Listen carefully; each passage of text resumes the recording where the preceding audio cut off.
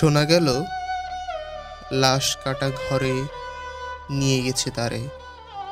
কাল রাতে, ফাল্গুনের রাতের আধারে, যখন গিয়েছে ডুবে পঞ্চমীর চাঁদ, মরিবার হলো তার সাধ।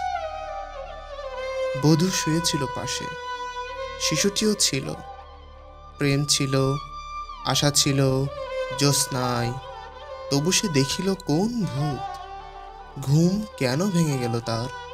অথবা হয়নি ঘুম বহুকাল, লাশ কাটা ঘরে শুয়ে ঘুমায় এবার।